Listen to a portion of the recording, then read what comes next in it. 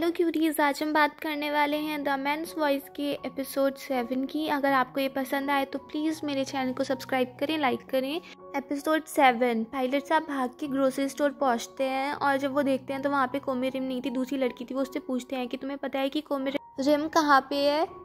वो कहती है कि उनकी तो आज पहले शिफ्ट थी और फिर वो कह रही थी मैं लाइब्रेरी जाऊंगी। तो वो पूछता है कि तुम मुझे उसका वो बता दो कि लाइब्रेरी वो कहाँ पे है। वो लड़की बता देती है। जब पायलट साहब वहाँ पे पहुँचते हैं तो वो लाइब्रेरी बंद थी, बट कोमिरिम वहीं पे बैठी थी जहाँ पे वो पायलट साहब के साथ बैठी थी। वो सोच रही थी कि उसने मुझसे कितना बड़ा झूठ बोला। उस टाइम पे वो सिर्फ मैं अकेली सिंगल थी और वो सिंगल था भी नहीं। उसने मुझसे झूठ बोला, वो ऐसा है वो वैसा है। और वो चलते चलते पहुँच जाती है पायलट साहब अपार्टमेंट के पास। और दूसरी तरफ हमारे पायलट साहब कोमिरिम के घर के आगे उसका वेट कर रहे थे।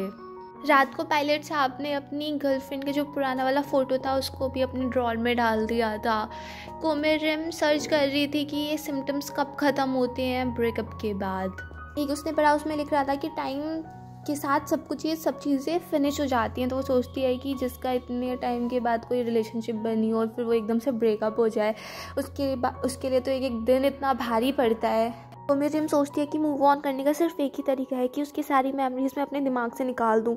बट वो इतनी परेशान होती है कि उसकी मेमोरीज दिमाग से निकल ही तो नहीं रही हैं। यही तो सारी दिक्कत है और वो बड़ी परेशान होती है। दूसरी तरफ पायलट साहब तैयार हो रहे होते हैं जाने के लिए, तभी वहाँ पे आ जाती है चेना। वो कहती है कि प्लीज़ मुझे तुमसे थोड़ी देर बात करनी है, प्लीज़। पायलट साहब कहते हैं कि मुझे तुमसे कोई बात नहीं करनी और हमारे बीच में अब कुछ ऐसा बचा नहीं है बात करने के लिए, जाओ यहाँ से। बट चेना कहती है प्लीज़ आप थोड़ी सी बात कर लो, बस कुछ ज़्यादा टाइम नहीं लगेगा, थोड़ा सा टाइम लगेगा। चेना कहती है कि आपको याद है एक बार मैं पूल में गिर गई थी और आपने मेरी जान बचाई थी और तब हम सिर्फ 6th स्टैंडर्ड में थे, मेरे लिए तो आप तब से सुपरमैन बन गए थे।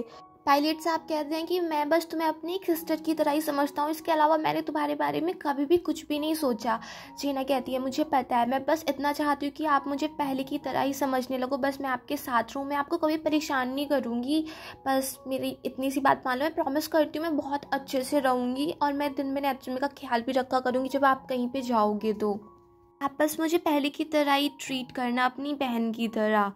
पायलट साहब कहते हैं कि मेरे दिल में ऐसा कोई है जिसके साथ मैं अपनी पूरी लाइफ टाइम बिताना चाहता हूँ और मैंने उसको हर्ट किया है। अब हम दोनों ही बहुत ज़्यादा सफ़र कर रहे हैं और मैं नहीं चाहता कि हमारे बीच में कुछ भी गलत हो। नेक्स्ट डे कोमिरिम ग्रोसरी स्टोर में जाती है तो वो लड़की बताती है कि वो हैंडसम मैन तुमसे मिला, वो रात तुम्हारे बारे में पूछने आया था और मैंने कह दिया कि तुम घर चली गई हो।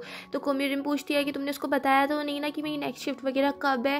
तो वो कुछ रिप्लाई नहीं देती और वहाँ से चली जाती है। फिर कोमिरिम सोचती है कि क्या उसकी गर्लफ्रेंड तो पहले से ही है, मेरे बारे में अब क्यों पूछ रहा है वो। फिर वो नेत्सुमी के लिए परेशान होने लगती है कि नेत्सुमी कैसा होगा। साहब नेत्सुमी को एक पेट स्टोर में देने के लिए आए थे और नेत्सुमी बेचारा चिल्ला रहा था कि मुझे यार उसके पास ही छोड़ दो, मुझे नहीं रुकना है यहाँ पे। बट पायलट साहब उसकी बात थोड़ी ना समझ पाते। तभी चेना कहती है कि इसको यहीं पे रहने दो ना, अब इसको न्यू फ्रेंड्स भी तो बनाने होंगे। फिर पायलट साहब वहीं पे नेत्सुमी को छोड़ देते हैं और नेत्सुमी बेचारा चिल्लाता रह जाता है कि मुझे कोमिरिम के पास जाना है।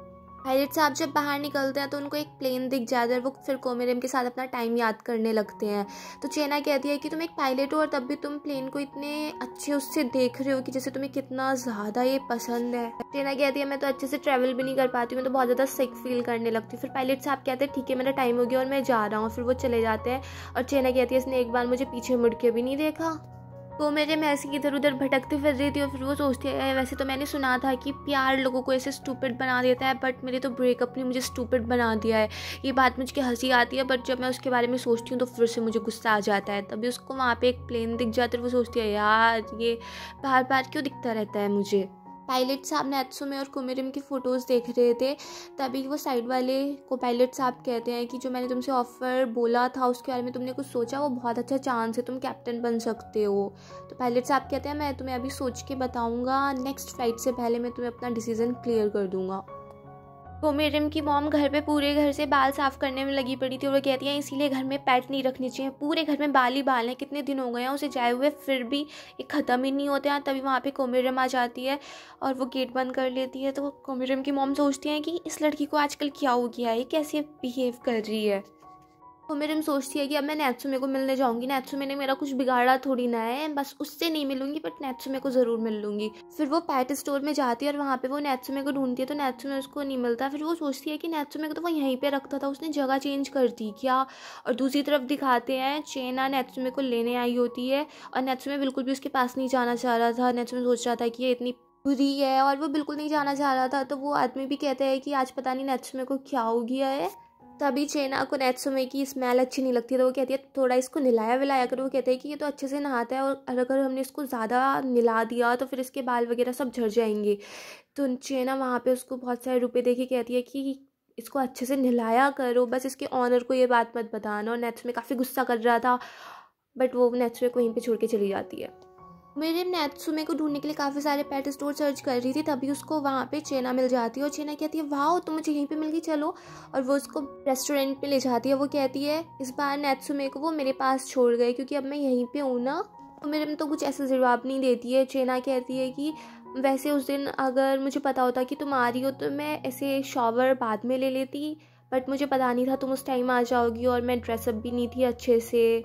और वैसे वो तुम्हारी काफ़ी तारीफ़ करते रहते हैं, वो कहते हैं तुम उसकी सिस्टर हो और तुमने नैत्सुमे का बहुत ज़्यादा ख्याल रखा है। और फिर वो कहती है कि वैसे तुम्हें भी पता होगा ना रिलेशनशिप में कैसा रहता है कि अगर दो के बीच में कोई तीसरी लड़की आ जाए तो ऐसे बहुत अजीब सा लगता है, तुम तो समझ सकती हो ना ये सब कुछ। फिर चेना कहती है कि जितना मैंने बोला है तुम्हें सब समझ आ गया होगा ना मैं क्या कहना चाहती हूँ, कि अब अच्छा है कि अब हम आगे से कभी भी ना मिलें। और फिर चेना वहाँ से चली जाती है। बेचारी कोमेरिम वहीं पे दुखी हुई सी बैठी रहती है। बिल पे करने के टाइम पे बहुत सारा बिल था, फिर भी चेना ने आधा पे कर दिया था और आधा कोमेरिम के लिए छोड़ दिया था। और कोमेरिम इतना गुस्सा कर रही थी कि मेरे लिए क्यों छोड़ दिया, मेरे से इतनी क्या दुश्मनी है उसकी। कोमेरिम अब भी इधर उधर भटक रही थी और उधर पायलट साहब कोमेरिम के घर के आगे वेट कर रहे थे उसका, बट कोमेरिम का कुछ अता पता नहीं था। उसको कॉल भी लगाते हैं तो वो फ़ोन भी नहीं उठा रही थी। तभी वहाँ पे कोमेरिम के फादर आ जाते हैं और पूछते हैं वो नैत्सुमे वाले। तो फिर वो पायलट साहब को अंदर ले जाते हैं और कोमेरिम के मम्मी पापा और पायलट साहब तीनों बैठ के बातें करते हैं। कोमेरिम की मदर कहती हैं कि मुझे लगा था मेरी बेटी मेरी तरह है बट वो मुझसे काफ़ी डिफरेंट निकली, अगर वो मेरी तरह होती तो ये ऐसे ही आदमी लेके आती अपने हस्बैंड की तरफ, कहती है मगर वो तो तुम्हें लेके आई है, वो तो बहुत डिफरेंट है। कोमेरिम के पापा कहते हैं जब मैं यंग था तो मेरे पीछे भी बहुत सारी लड़कियां घूमती थी। तभी वहाँ पे काफ़ी ऐसे हंस रहे होते हैं, ऐसे बातें करते हुए। और कोमेरिम आती है तो वो सुनती है कि इतने घर में ऐसे क्यों शोर मच रहा है। वो देखती है तो वहाँ पे पायलट साहब बैठे हुए थे और वो पूछती है कि यहाँ पे क्यों आए हो। फिर पायलट साहब कहते हैं कि मैं सिर्फ इतना बताना चाहता हूँ कि मैं तुम्हें बहुत ज़्यादा पसंद करता हूँ, मैं तुमसे प्यार करता हूँ। अगर हम लोगों ने ज़्यादा टाइम स्पेंड किया होता, मैं तुम्हारी फीलिंग्स पहले समझ पाता तो हमारे बीच में अब इतनी ज़्यादा मिसअंडरस्टैंडिंग्स नहीं होती, मुझे अपने एक्शंस जस्टिफाई नहीं करने पड़ते। और वैसे खूब सारी अच्छी अच्छी बातें बताते हैं। बट कोमेरिम कह देती है कि मुझे तुम्हारी कोई बात नहीं सुननी है, तुमने मुझे बहुत ज़्यादा हर्ट किया और अब हम आगे से कभी नहीं मिलेंगे और चले जाओ यहाँ से।